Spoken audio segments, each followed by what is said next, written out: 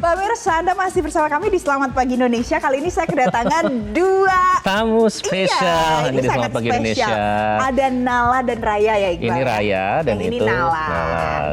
Nanti dan saya juga akan perlihatkan lebih jelas lagi pemirsa betapa lucunya seekor anjing husky ini. Dan di sini ada bersama saya juga ada Dokter Mary dan ada Mas Adrian. Dan nanti kita akan bahas bagaimana hak asasi hewan sedunia atau Animal Rights Day ini harus diperingati setiap tahunnya tanggal 15 Oktober. Iqbal. betul, dan ini sebenarnya bertujuan untuk mengampanyekan perlindungan terhadap kelangsungan hidup satwa di seluruh dunia.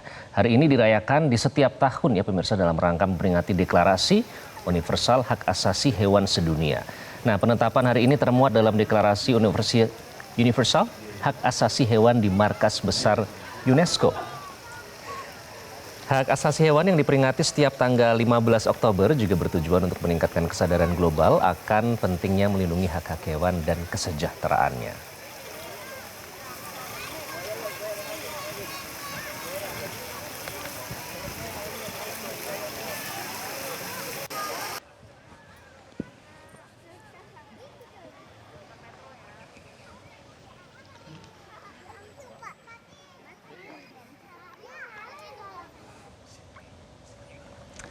Ya, dan meskipun sudah ada regulasi, ternyata kesadaran masyarakat sayangnya mengenai hak-hak hewan di Indonesia ini masih terbatas ya, Valen. Sedih sekali ya ternyata kalau memang kondisi seperti itu pemirsa.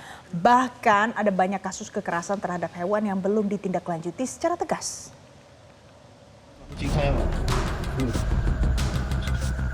Warga Kelurahan Sekaran, Kota Semarang, Jawa Tengah digemparkan dengan perilaku seorang pria yang gemar memakan daging kucing. Pada bulan Agustus lalu, viral video yang direkam oleh salah seorang mahasiswa saat memergoki NY 63 tahun tengah mengkonsumsi daging kucing. Kepada anak kosnya, pelaku berdalih terpaksa mengkonsumsi daging kucing lantaran menderita penyakit diabetes.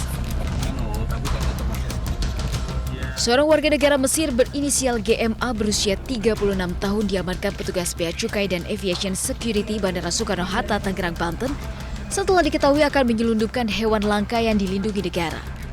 Pengungkapan bermula saat petugas Bea Cukai mencurigai koper bawaan pelaku yang menumpang pesawat Emirates rute Jakarta-Dubai. Setelah dilakukan pemeriksaan, petugas menemukan hewan asli Sumatera berupa 1 ekor oa siamang dan 2 ekor oa ungkuk disembunyikan di dalam kardus dan sangkar bambu, serta disamarkan dengan makanan dan pakaian. Dari keterangan pelaku, dirinya mendapatkan hewan tersebut dari seorang penyedia satwa langka di Indonesia yang rencananya akan diperdagangkan di Dubai, Emirat Arab. Bahkan pelaku juga mengakui sudah sering menyelundupkan hewan langka dari Indonesia untuk dipasarkan di negara-negara Timur Tengah dan Afrika. Seorang warga negara asing asal India yang merupakan aktor dan sutradara Bollywood diamankan petugas Bea dan Cukai Bandara Soekarno-Hatta, Tangerang, Banten. Pengungkapan bermula saat petugas mencurigai sebuah koper milik pelaku berinisial RM dan didapati satwa diantaranya 1 ekor burung cendrawasih kuning kecil, 1 ekor cendrawasih botak Papua, dan 1 ekor berang-berang. Untuk mengelabui petugas, ketiga satwa liar yang hendak diselundupkan tersebut disamarkan dengan makanan hingga mainan anak-anak yang disimpan di dalam koper. Ya, dan ini lagi santai nih memperingati hari Ini dia santai banget.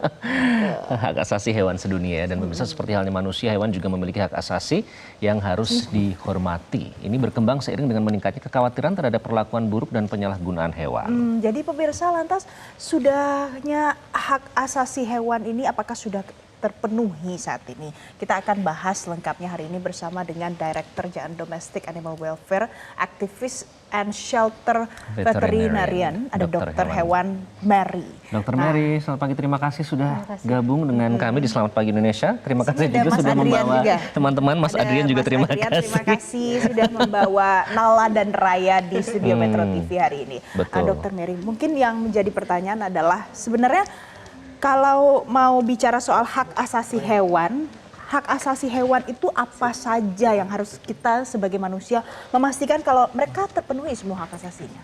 Iya, well sebenarnya ya kesejahteraan hewan sendiri itu kan fungsinya untuk memastikan gitu loh hewan yang dalam asuhan kita itu dia terpenuhi secara jasmani, jadi baik secara fisik dan juga secara mental gitu.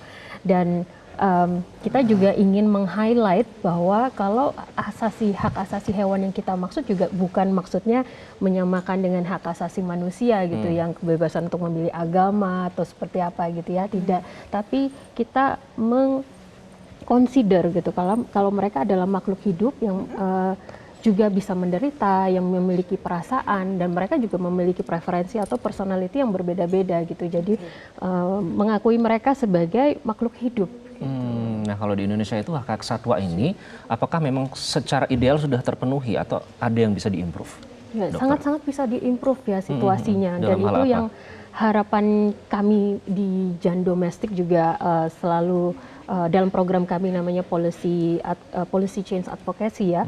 Jadi memang kita berjuang untuk melobi untuk adanya perubahan-perubahan kebijakan yang mendukung animal welfare gitu secara umum, baik terutama di hewan domestik gitu, dan hewan domestik karena kalau di satwa liar terus hewan ternak itu cukup banyak gitu karena value-nya kan memang berbeda ya. Tapi sayangnya di Indonesia untuk hewan domestik atau hewan kesayangan itu masih Kalau nggak kurang. salah itu bukannya terus diperjuangkan, Mbak. UU Kesejahteraan Hewan Domestik itu perkembangannya sampai mana itu sekarang? Kami juga berkoordinasi dan juga kerjasama ya dengan berbagai macam pihak, dan juga di Jan Domestik sendiri tim legal kami juga drafting semua udah naskah akademik dan juga rancangan undang-undangnya. Kami juga berkonsultasi juga dengan pakar-pakar hukum, terutama Dr. Yanti Ganarsi. Ya itu kami Terus yang diupayakan ya, Dok? mengupayakan, terus juga dengan Prof. Jimli kemarin juga sempat berkonsultasi gitu ya untuk naskah akademik ini. Jadi pemirsa, ini tentu penting sekali ya Iqbal, karena kalau kita bicara undang-undang landasan hukumnya berarti kan ini untuk menanggapi bagaimana fenomena situasi yang terjadi hari ini.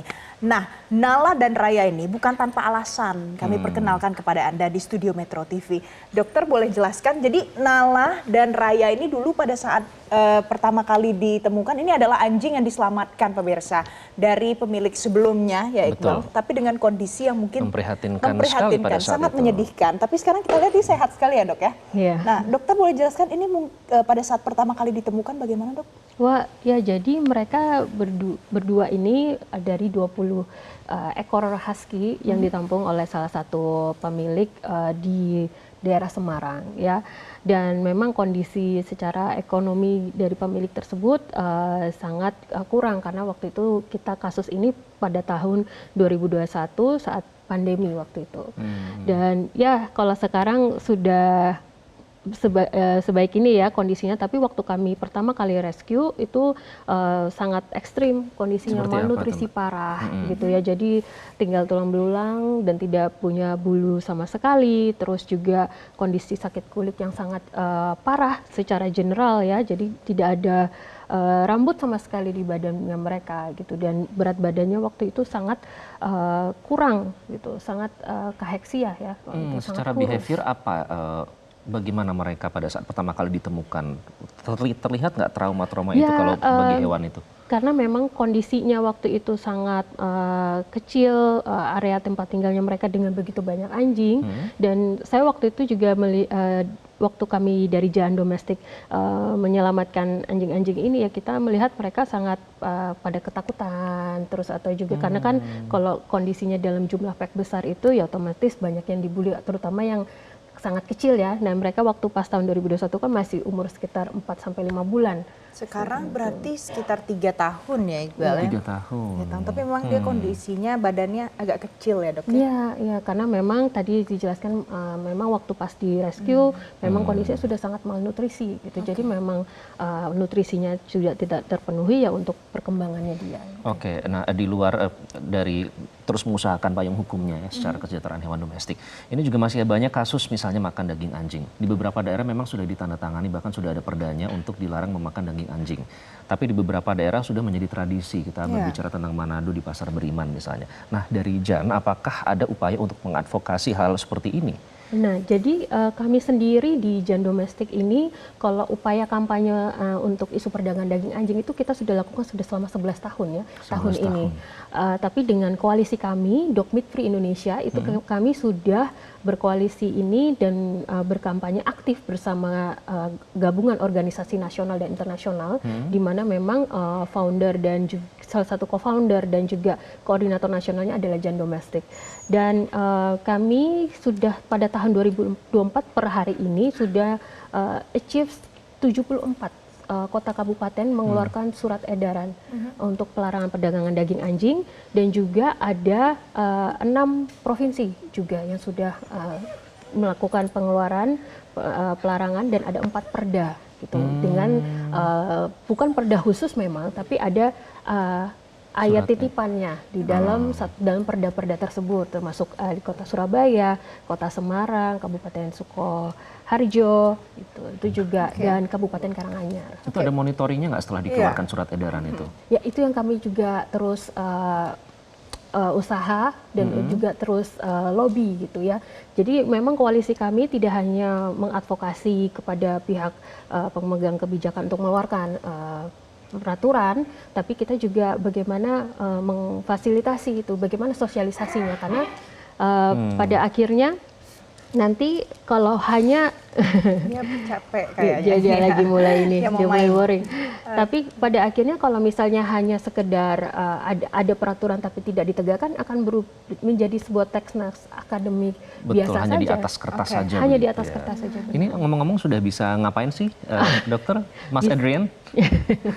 Mereka apa bisa Diajari dulu. diajarin Ya, apa? mereka apa? bisa sit ya, dan Coba. banyakan tidur Oh, dan Banyak main. tidur ya? tapi yang pasti kan terjaga ya kesejahteraannya ya, Raya dan Nala ini. Walaupun dulu pernah mungkin mengalami masa-masa yang menyedihkan, tapi ternyata sekarang sudah diselamatkan. Tapi dokter, apakah hanya anjing saja atau mungkin ada hewan-hewan lain yang kita lihat juga kondisinya agak menyedihkan di Indonesia ini? Oh, sangat Yang ya. diselamatkan apa saja, Dok? Iya, kalau di Jan Domestik sendiri kami ada 3 spesies yang memang kita lindungi, atau kita juga masuk bagian dari program kita, yaitu anjing, kucing, dan kuda. Kuda. Kuda Ya, juga termasuk. jadi kami juga mempunyai program namanya Peduli Kuda Pekerja atau Kuda Delman terutama Indonesia di ya, Indonesia, dokter ya? khususnya sih di Provinsi DKI Jakarta. Jadi sekitar ada 400 ekor kuda Delman yang kami juga bantu rawat. Jadi setiap 2-3 hari sekali kami akan keliling dengan klinik kami. Jadi kita punya klinik hewan keliling untuk hewan-hewan jalanan dan juga khususnya untuk kuda delman. Kuda Delman. Jadi kita memberikan pengobatan gratis, memberikan makanan untuk anjing kucing yang ada di wilayah atau kampung-kampung delman, dan juga untuk kuda delmannya sendiri. Nah itu soal delman itu, dokter, jujur kan saya beberapa kali berkampanye melalui sosial media pribadi saya. Kalau bisa jangan naik delman karena sebagian besar itu memang kesejahteraannya kurang sekali untuk kuda. Sebenarnya itu boleh nggak sih? Maksudnya kalau Jan kan langsung turun ke lapangan bertemu dengan mereka, melihat sendiri langsung. Nah itu sebenarnya boleh nggak sih? Karena kan kalau berbicara tentang masyarakat kan mereka juga nyari uang alasannya. Jadi gimana Jan memandang hal itu? Ya, jadi kalau kami sih ya, dari pandangan kami secara organisasi ya, memang masalah kuda delman tuh bukan masalah satu lapis aja istilahnya, bukan Betul, satu layer. Ini kompleks ya. benar-benar kompleks, istilahnya multi layer issue gitu. Jadi ada masalah sosial ekonomi, sosial budaya juga ya, masalah kesehatan pemiliknya, juga kelayakan mereka tinggal di sana gitu. Karena mereka semua yang di kampung delman ini kan tinggal bersama kudanya gitu. Dan itu berada di wilayah-wilayah yang misalnya wilayah-wilayah yang ilegal, yang misalnya tempat pembuangan sampah akhir gitu ya, atau lahan-lahan yang memang sengketa gitu. Ya, jadi sebenarnya ini untuk manusianya saja itu kan sangat kita memprihatinkan gitu. Apalagi untuk hewannya. Apalagi untuk kudanya. Jadi kita tidak bisa serta-merta menyalahkan pemilik kudanya. Bagaimana kita semua ini stakeholders harus berperan aktif untuk kalau memang masih mau memberikan tempat untuk kuda delman ini beroperasi gitu ya, ya kita harus pikirkan bagaimana kita harus istilahnya mungkin dilokalisasi tempat yang layak, ada shelternya gitu. Jadi mereka kan jauh-jauh. Singkat dok, apa yang dilakukan di Jan Domestik untuk kuda-kuda yang mungkin memprihatinkan, menyedihkan setelah dipakai untuk bekerja, tapi makin kurus, apa saja yang sudah dilakukan? Ya, jadi kami memang punya klinik kuda delman yang tim dokter kami dan juga tim lapangan kami itu selalu keliling untuk ke kandang-kandang di Jakarta ya, ada sekitar hampir 30-an kandang gitu ya, kami keliling dan kita berikan pengobatan gitu. Terus kalau memang kondisinya sudah sangat ekstrim, mau nggak mau ya kita rescue gitu. Dan kita bawa ke shelter kita. Banyak, Itu masih Dok. aktif sampai sekarang ya. Satu Cukup lagi dok, banyak. monyet. Ya, Topeng monyet, saya masih lihat banyak banget di mana-mana monyet yang Lampu dikerangkeng. merah bahkan banyak. Seolah-olah dinormalisasi begitu. Itu gimana? ya kalau itu memang mitra kami kami memang di JAN ini ada 2 divisi, ada domestik dan ada wildlife ya. Jadi memang kalau mungkin saya bisa menyampaikan secara umum, kalau di JAN Wildlife sendiri ada program untuk rehabilitasi topeng monyet. Nah, dan memang sejauh ini kan sebenarnya di ada Provinsi DKI, terus Provinsi Jawa Barat, Jawa Timur, itu kan juga sudah ada himbauan untuk pelarangan topeng monyet gitu ya. Tapi sekarang ini masalahnya bagaimana enforcement-nya gitu. Jadi memang ini harus kerjasama dengan polisi Pamung Praja dan juga dinas terkait gitu. Karena kalau rehabilitasinya sendiri kan sudah dibantu. Harus oleh sinergi Jawa. berarti ya, dan semua harus mau terlibat ya. Harus Begitupun mau masyarakat ya, berkontribusi. Iqbal ya. Warganet, masyarakat, pemirsa dimanapun Anda berada. Jadi dengan hari ini kita memperingati Hari Hak Asasi untuk hewan-hewan peliharaan kesayangan kita maupun Betul. hewan-hewan di sekitar kita yang kita lihat setiap hari. Mulai dari kuda, mungkin tadi lampu merah ketemu monyet. Pastikan supaya hak asasi para satwa ini bisa dijaga dengan baik. Dan supaya tidak ada lagi Nala dan Raya yang pada saat itu kondisinya memprihatinkan ya. Kita berharap semoga ini terus ditegakkan dengan tentunya kerjasama dari berbagai pihak. Dr. Mary terima kasih. Dr. Mary, Mas terima Adrian kasih. terima kasih. Mas Adrian terima Nala, kasih. Raya terima kasih. Nanti kami akan kembali ya pemirsa dengan informasi lainnya. Selamat pagi Indonesia. Tetaplah bersama kami. Tetaplah bersama kami.